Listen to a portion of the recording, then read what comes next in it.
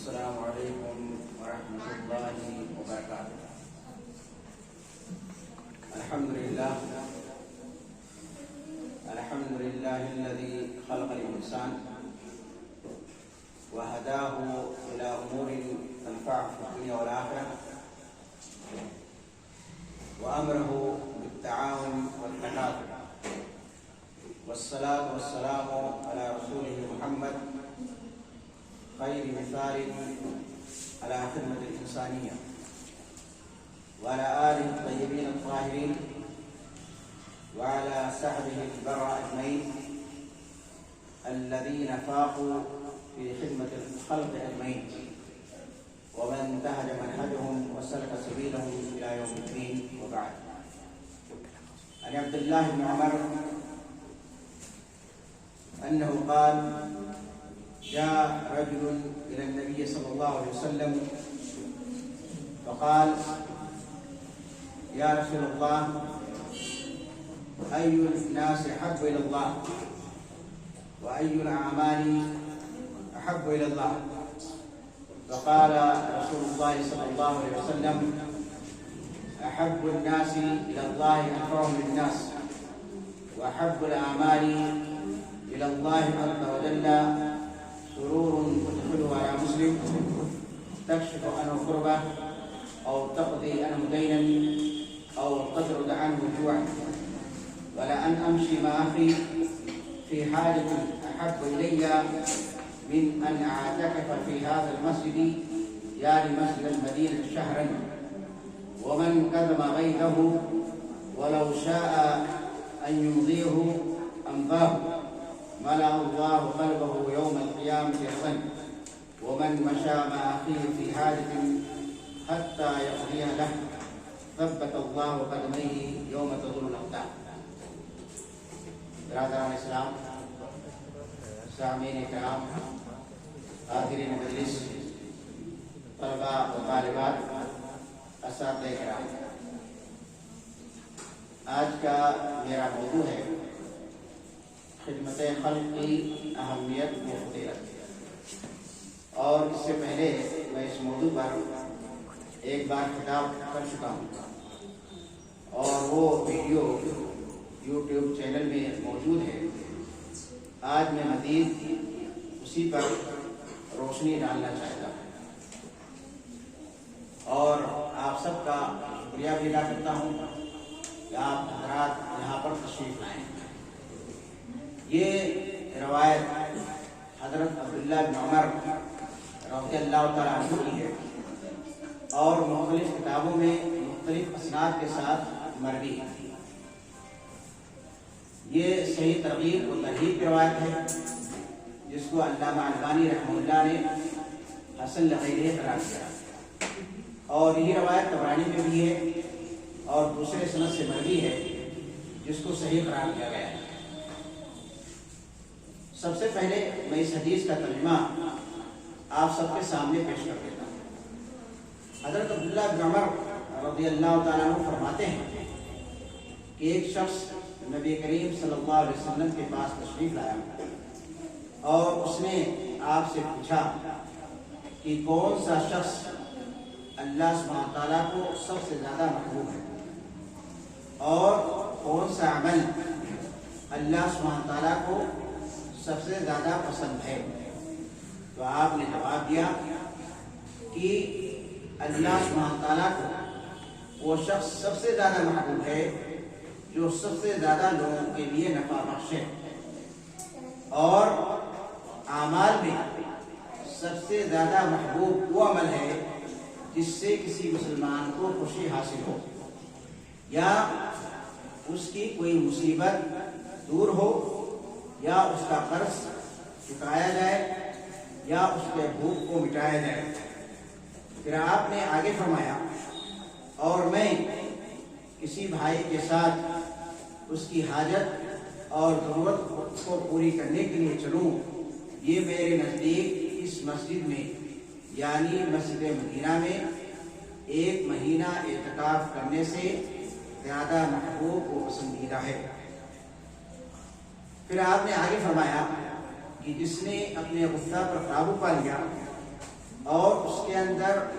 طاقت تھی کہ اس کو لاگو اور نافذ کر دے تو اللہ سبحانہ تعالیٰ اس کے دل کو قیامت کے دن رضامندی سے بھر دے گا، اور جو اپنے بھائی کے ساتھ چلا اس کی کسی ضرورت کو پوری کرنے کے لیے، یہاں تک کہ اس کی وہ ضرورت پوری ہو گئی تو اللہ سبحانہ تعالیٰ اس کو ثابت قدمی عطا کرے گا قیامت کے دن، جس دن کی انسانوں کے پاؤں ڈگمگائیں گے، وہ اپنی جگہ پر ثابت نہیں رہیں گے۔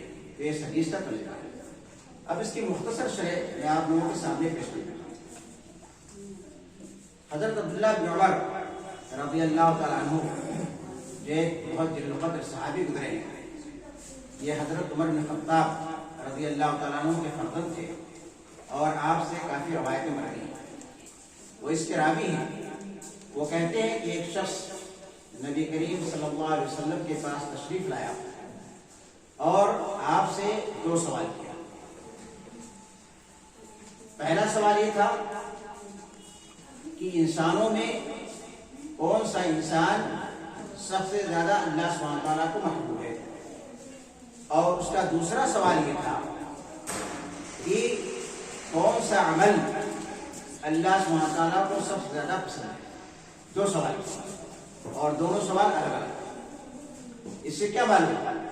اس سے یہ معلوم ہوتا ہے کہ صحابہ کرام اللہ سبحانہ تعالیٰ کی اطاعت کو پسند کرتے تھے، اس کی زیادہ سے زیادہ بندگی کرنا چاہتے تھے، اور ایسے اعمال کے بارے میں جاننا چاہتے تھے جو اللہ سبحانہ تعالیٰ سے قربت کا ذریعہ ہو، اس تک پہنچانے کا ذریعہ ہو۔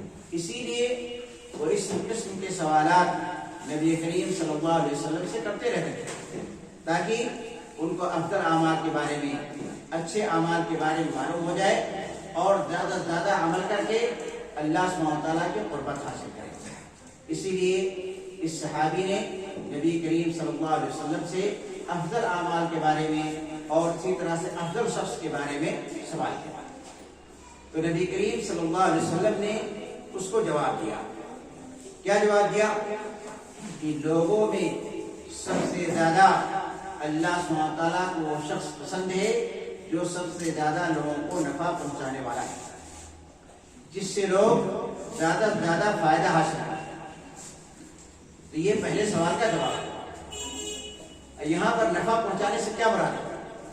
نفع یہ عام ہے، کسی بھی قسم کا کوئی بھی نفع ہو، دینی نفع ہو یا دنیاوی نفع ہو، دنیا میں کام آنے والا ہو یا آخرت میں کام آنے والا ہے، دینی تعلیم ہو یا دنیاوی تعلیم۔ آپ اس کو کوئی مشورہ دے دیں، آپ اس کا مال و دولت کے ذریعے سے مدد کر دیں، آپ اس کو تعلیم دے دیں، یا کوئی بھی چیز اپنے منصب کے ذریعے سے، اپنی حکومت کے ذریعے سے، اپنی طاقت کے ذریعے سے، یا کسی بھی طرح سے، مثلا کوئی آدمی ہے کہیں سڑک پر جا رہا ہے، گر گیا، آپ نے اس کو اٹھا دیا، اٹھا کر کے آپ نے اس کو ڈاکٹر کے پاس پہنچا دیا، یہ بھی مدد ہو، یہ بھی نفع ہو۔ تو کسی بھی قسم کا نفع یہ اس کے اندر شامل ہے۔ تو آپ نے بتایا جس سے لوگ زیادہ سے زیادہ فائدہ اٹھائیں، وہ شخص اللہ سبحانہ تعالیٰ کو سب سے زیادہ محبوب ہوتا ہے۔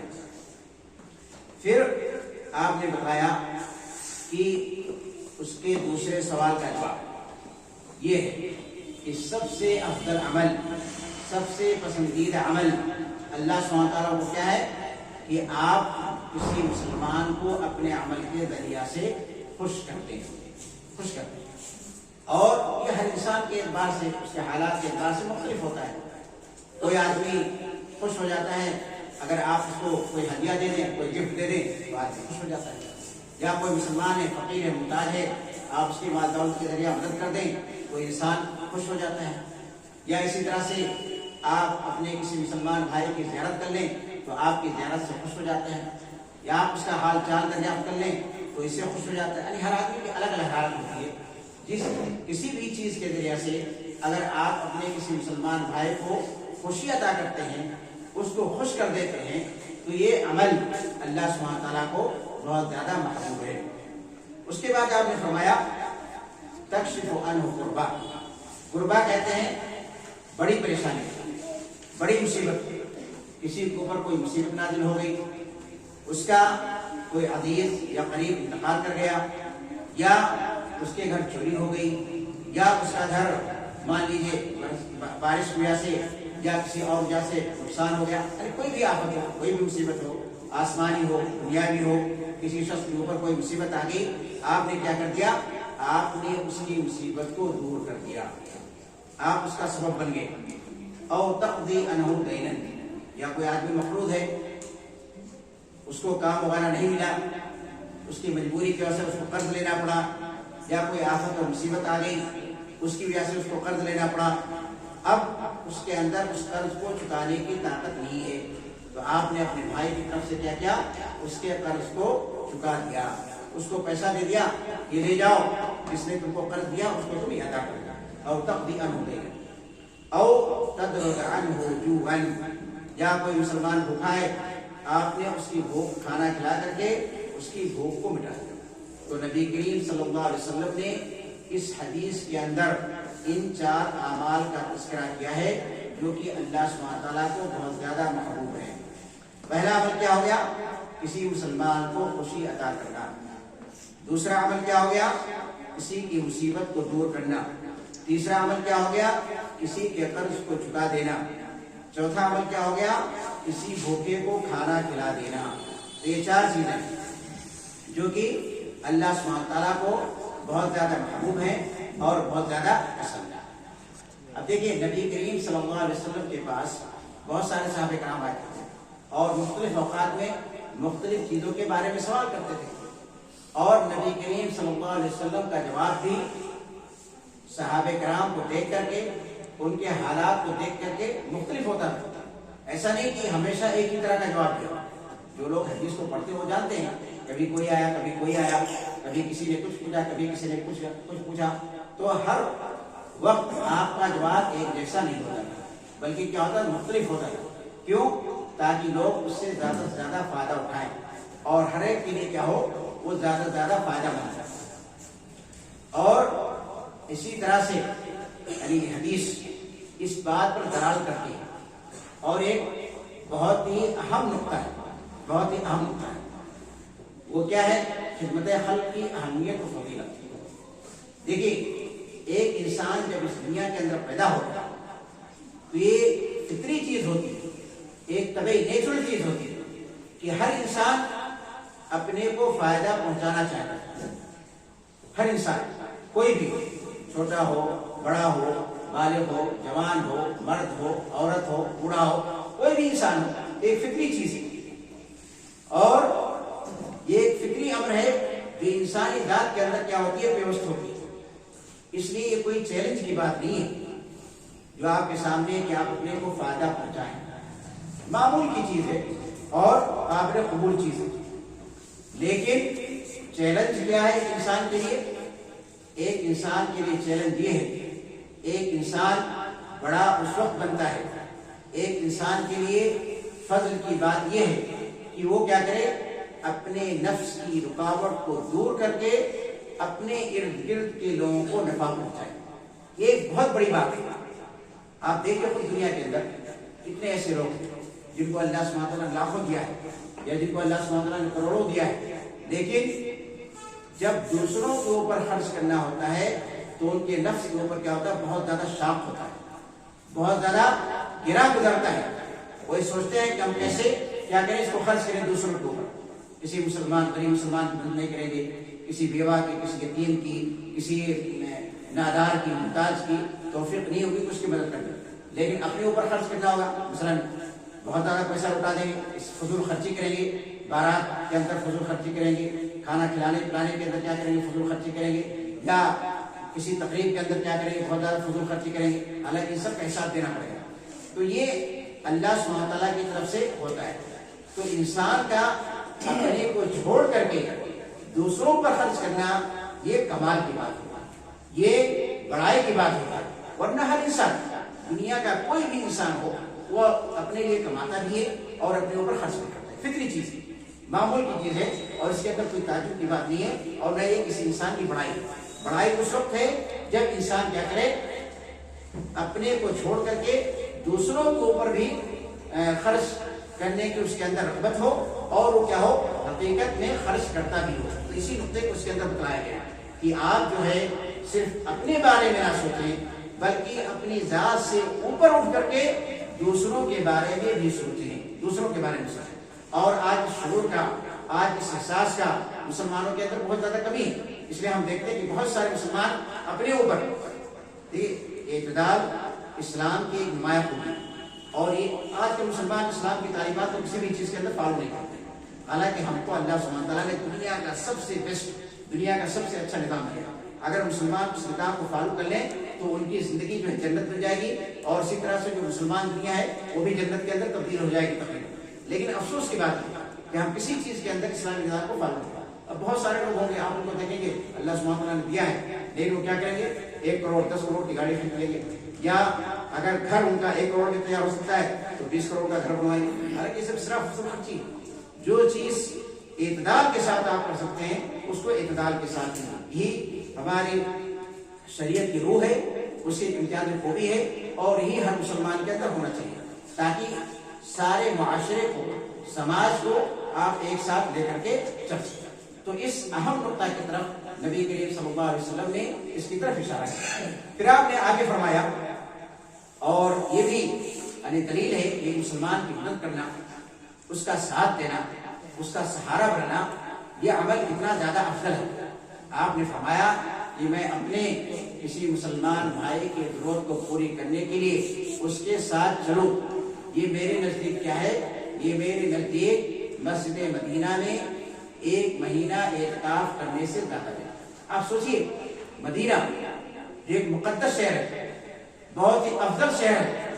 پھر مسجد نبوی جس کی فضیلت و اہمیت ہم سب کو معلوم ہے، اور وہاں پر نماز کی ادائیگی، اگر کوئی شخص 1 نماز ادا کرتا ہے تو اس کو 1000 نماز کے برابر ثواب ملتا ہے. پھر 1 مہینہ اعتکاف کرنا، اعتکاف کا بھی بہت زیادہ ثواب ہے. تو اگر کوئی آدمی 1 مہینہ مسجد نبوی کے اندر اعتکاف کرے گا تو کم سے کم 150 نماز ادا کرے گا، اور 150 نماز کا ثواب کیا ہو جائے گا 1.5 لاکھ نماز کے برابر ہو جائے گا. تو مدینہ کی فضیلت الگ، مسجد نبوی کی فضیلت الگ، وہاں پر نماز ادا کرنے کی فضیلت الگ، اعتکاف کا ثواب الگ. یعنی یہاں پر بہت ساری فضیلتیں جمع ہو گئی، کئی فضائل یہاں پر اکٹھا ہو گئے.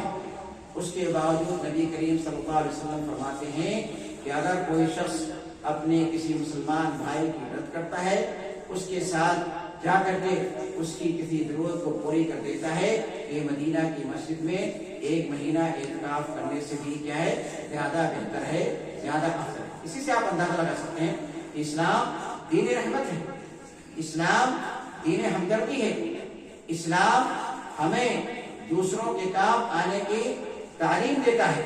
ایک مسلمان دوسرے مسلمان کا ہاتھ بڑھائے، اس کے دکھ درد میں کام آئے، اور ایسا نہ ہو کہ اس کے اندر سے احساس مٹ جائے، ورنہ اتنا ثواب کا کام ہے. لیکن نبی کریم صلی اللہ علیہ وسلم نے بتایا کہ ایک ایسا بھی کام ہے جو فضیلت کے اندر اس سے بڑھا ہوا ہے. آج اگر دیکھیں، اگر مسلمان سماج کے اندر، مسلمان افراد کے اندر یہ شعور، احساس بیدار ہو جائے تو مسلمانوں کے اندر کوئی بھوکا پیاسا شخص باقی نہیں رہے گا، مسلمانوں کے اندر کوئی محتاج و غریب شخص باقی ہی نہیں رہے گا. لیکن افسوس کی بات یہ ہے کہ ہم مسلمان اسلام کو مکمل نہیں کرتے ہیں، ہم اپنے دین کو جانتے ہی نہیں اور نہ اس کو جاننے کی کوشش کرتے ہیں. اس لیے آپ دیکھیں گے کہ افراتفری ہے، بدنظمی ہے، ہنگامہ ہے، ہماری انفرادی زندگی کے اندر بھی اور ہماری اجتماعی زندگی کے اندر بھی. اس کے بعد نبی کریم صلی اللہ علیہ وسلم نے فرمایا وَمَنْ يُنْكَثْ مَا غَيْرَهُ وَلَوْ شَاءَ أَنْ يُمْطِيهُ أَمْطَارَ اللَّهِ. یعنی یہاں پر اللہ کے نبی نے یہ بتایا ہے کہ جب کسی مسلمان کو غصہ آئے تو غصہ کی حالت میں اس کو کیا کرنا چاہیے اور اس کا انجام کیا ہے. تو آپ نے بتایا کہ اگر کسی مسلمان کو غصہ آتا ہے اور اس کو طاقت اور قوت بھی حاصل ہے کہ اپنے غصہ کو نافذ کر دے، اس کو لاگو کر دے، لیکن اس کے باوجود وہ اپنے غصے کو پی جاتا ہے، اس کے اوپر قابو پا لیتا ہے. مثلا کوئی آدمی ہے، وہ بڑے منصب پر ہے اور دوسرے لوگ اس کے ماتحت میں کام کرتے ہیں، کسی سے کوئی غلطی ہو گئی، اس کے اوپر غصہ ہو گیا، ہو سکتا ہے اس آدمی کو نکال دے اس کے ہاتھ کے اندر، اس کے پاؤں کے اندر، لیکن نہیں، وہ اپنا غصہ کیا ہو گیا، پی گیا. یا کوئی شخص ہے اس کے ماتحت کچھ لوگ ہیں ان کو مار پیٹ سکتا ہے یا ان کی تنخواہ کو کاٹ سکتا ہے یا اور کسی طرح کی کوئی سزا دے سکتا ہے، لیکن نہیں، وہ اپنے غصے کو پی جاتا ہے اللہ تعالیٰ کی رضامندی کے لیے۔ یہ ہمارے اسلام کی کیا ہے؟ تعلیم ہے۔ تو اس کا اجر بھی بہت بڑا ہو۔ کیوں؟ کیونکہ غصہ پی جانا یہ آسان کام نہیں ہے، یہ ہر کوئی شخص نہیں کر سکتا ہے، بلکہ غصے پر وہی قابو پاتا ہے جو کہ تقوی والا ہے، جو اللہ سبحانہ تعالیٰ سے خوف کھانے والا ہے، جس کی شخصیت ایک مضبوط شخصیت ہے۔ تو اس سے کیا ہوگا؟ تو اس کا اجر بھی اللہ سبحانہ تعالیٰ نے اسی لیے بڑا رکھا ہے کہ جو اپنے غصہ کی آگ کو رضامندی کے پانی سے ٹھنڈا کرتا ہے تو اللہ سبحانہ تعالیٰ اس کا بدلہ اسی کے دل سے دے گا۔ تو کیا کرے گا اللہ تعالیٰ؟ ملا اللہ قلبہ یوم القیامۃ رضا، تو اللہ سبحانہ تعالیٰ قیامت کے دن اس کے دل کو رضامندی سے بھر دے گا، یعنی وہ شخص اللہ سبحانہ تعالیٰ سے راضی ہوگا، اللہ سبحانہ تعالیٰ اس سے راضی ہوں گے۔ اور ایک ایسی چیز ہے جو ہر مسلمان چاہتا ہے، خاص طور سے قیامت کے دن، تو یہ اس کا بدلہ ہوگا۔ پھر نبی کریم صلی اللہ علیہ وسلم ایک بار دوبارہ تاکید کرتے ہیں، ایک بار دوبارہ جو ہے کسی مسلمان کے کام آنے کی جو ہے فضیلت و عظمت بتلاتے ہیں۔ ومن مشى مع اخيه في حاجة حتى يقضي له ثبت الله قدمه يوم تزول الاقدام۔ یعنی دیکھیے کتنی زیادہ فضیلت ہے اگر ایک مسلمان کسی دوسرے مسلمان کے کام آتا ہے، اور کسی بھی طرح کا، میں نے آپ کو بتایا کسی بھی طرح کا، یہ ضروری نہیں ہے کہ مال و دولت ہی کے ذریعے سے، جس کو اللہ سبحانہ تعالیٰ نے مال و دولت عطا کی ہے تو مال و دولت کے ذریعے کر سکتا ہے۔ اور لا یکلف اللہ نفسا الا وسعها، اللہ سبحانہ تعالیٰ کسی بھی نفس کو اس کی طاقت سے زیادہ کا مکلف نہیں بناتا ہے۔ اگر آپ کو اللہ سبحانہ تعالیٰ نے تھوڑا بہت دیا ہے تو آپ ایک فرد کی مدد کر سکتے ہیں، ایک شخص کی مدد کر سکتے ہیں، تو آپ اس کی مدد کیجیے۔ اگر اللہ سبحانہ تعالیٰ نے آپ لاکھوں کیا ہے اور آپ جو ہے چند افراد کی مدد کر سکتے ہیں تو چند افراد کی مدد کیجیے۔ اگر اللہ سبحانہ تعالیٰ نے آپ کو کروڑوں دیا ہے، آپ ہزاروں کی مدد کر سکتے ہیں تو آپ ہزاروں کی مدد کیجیے۔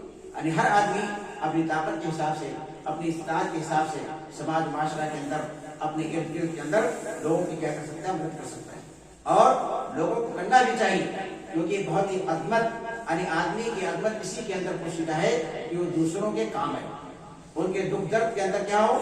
شریک ہو، اس کا احساس اس کے اندر کیا ہو؟ موجود ہو، تبھی ہمارا معاشرہ ایک مثالی معاشرہ بن سکتا ہے۔ تو نبی کریم صلی اللہ علیہ وسلم نے فرمایا کہ اگر کوئی بھی شخص اپنے بھائی کی ضرورت کو پوری کرنے کے لیے اس کے ساتھ ہوتا ہے، کب تک؟ حتی یقضی لہ، یہاں تک کہ اس کی وہ ضرورت پوری ہو جاتی ہے، قضا ہو جائے اس کی ضرورت کی پوری۔ ایسا ہوتا ہے کہ بہت سارے لوگ کسی آدمی کا ساتھ دیتے ہیں لیکن معاملہ کیا ہو جاتا ہے؟ اٹک جاتا ہے، اس کے اندر ایک لمبا وقت درکار ہے، تو آدمی بیچ میں اس کا ساتھ چھوڑ دے، چھوڑو یہ ہمارا معاملہ تھوڑا ہے، وہ اپنا ہے، ہمیں اس سے کیا لینا دینا ہے، تو آدمی بیچ میں اس کو چھوڑ دیتا ہے، اس کا ساتھ نہیں دے پاتا ہے۔ تو نبی کریم صلی اللہ علیہ وسلم نے ہمت افزائی کرتے ہوئے فرمایا کہ جب آپ نے اس کا ساتھ دینا شروع کیا ہے تو اس کے ساتھ قدم سے قدم ملا کر کے چلیے، ایسا نہ ہو کہ بیچ ہی میں اس کا ساتھ چھوڑ کر کے بھاگ جائیں، بلکہ اس ضرورت کے پوری ہونے تک اس کا ساتھ دیجیے تاکہ اس کی ضرورت کیا ہو جائے؟ پوری ہو جائے۔ اس کے اندر جو رکاوٹیں ہیں اس کو دور کیجیے، اس کے اندر کیا کیجیے؟ آسانی پیدا کیجیے۔ اور یہ کیوں تعلیم دی گئی؟ کبھی بارہا ایسا ہوتا ہے کہ تنہا ایک آدمی کوئی کام نہیں کر سکتا ہے، خاص طور پر سماجی کام ہو، جو اجتماعی کام ہے، لیکن جب بہت سارے لوگ مل جاتے ہیں تو وہ کام کیا جاتا ہے؟ آسانی کے ساتھ ہو جاتا ہے۔ تو اس کے اندر کیا ہے؟ ایک اجتماعیت کی بھی تعلیم اللہ کے رسول نے مسلمانوں کو دی۔ تو آپ نے فرمایا حتی یقضی لہ، یہاں تک کہ اس کا وہ کام پورے ہو جائے، ضرورت پوری ہو جائے۔ تو ثبت اللہ قدمہ یوم تزول الاقدام، کتنی اہم بات ہے اور کتنا زیادہ اس کی فضیلت ہے اور اس کا اجر کہ جب قیامت کے دن وہ صراط کو پار کرتے ہوئے لوگوں کے قدم ڈگمگائیں گے، اپنی جگہ پر قائم نہیں رہیں گے، تو اللہ سبحانہ تعالیٰ کیا کرے گا؟ ایسے شخص کی قیامت کے دن مدد کرے گا اور اس کے پاؤں کو ثابت کر دے گا، اس کو مضبوطی ادا کرے گا، اس کو جما دے گا۔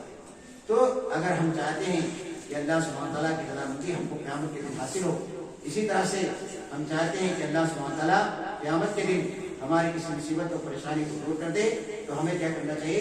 ہمیں زیادہ سے زیادہ خدمت خلق کرنی چاہیے، خدمت خلق کرنی چاہیے، اور ہمیں ایک دوسرے کے کام آنا چاہیے، ہمیں ایک دوسرے کے کام آنا چاہیے اور اعتدال کو اپنانا چاہیے۔ اسی مناسبت سے میں یہ بھی بتا دیتا ہوں، مثلا بہت سارے لوگ ہیں اللہ سبحانہ تعالیٰ ان کو بہت زیادہ نوازتا ہے، اب اس نوازنے کا مطلب یہ نہیں ہے کہ آپ ساتھ ایک سلیمان راجی، یہ سعودی عرب کے بہت ہی مشہور عرب پتی ہیں، تو ان سے صحافیوں نے یہ سوال کیا، اخبار والوں نے سوال کیا کہ آپ ہوائی جہاز کیوں نہیں خریدتے؟